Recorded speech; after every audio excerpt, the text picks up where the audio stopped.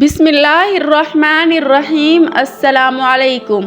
آج کل social media پر ایک ریڈ ہائی فیئر کے بارے میں بحث چل رہی ہے۔ آخر یہ کیا ہے؟ 29 مارچ سے جون تک اسرائیلی لوگ ایک سرخ بچڑے کی قربانی دیں گے، جن کے ذریعے دجال یعنی جعلی مسیح کو بلانے کے لیے اور مسجد الاقصی کو تباہ کریں گے، اور 8 اپریل کو رمضان کے آخری دن وہ اپنے جعلی مسیح کو بلانے کا دعویٰ کر رہے ہیں۔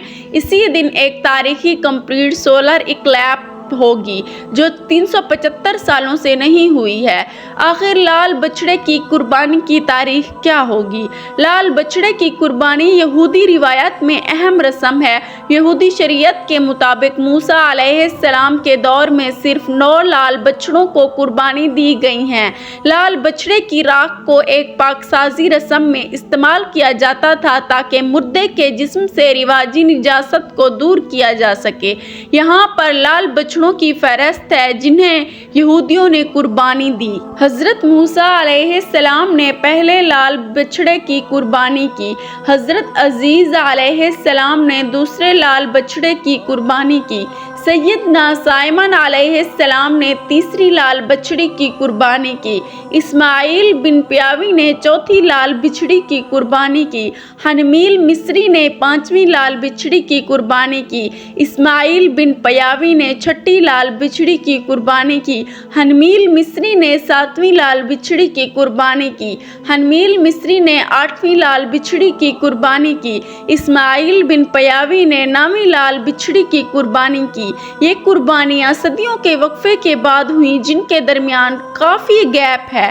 10ویں لال بچڑے کی قربانی یہودی روایت کی منتظر ہے اور یہ یہودیوں کے نزدیک ضروری ہے کہ وہ اپنے 3rd ٹیمپل کی تعمیر سے پہلے اس کی قربانی کے ذریعے پاک ہو جائیں۔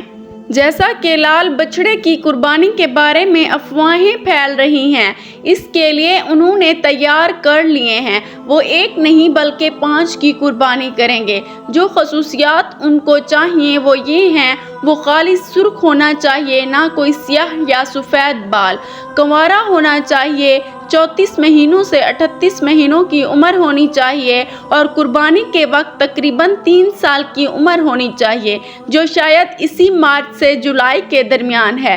یہ کیا کر سکتا ہے؟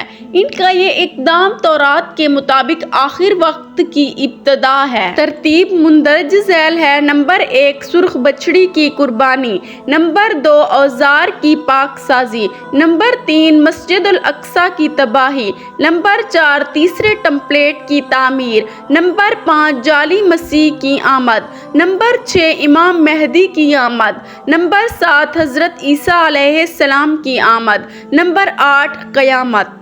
یہ قربانی اس سال کے درمیان تک یعنی مارچ کا اختتام سے جون تک ہوگی۔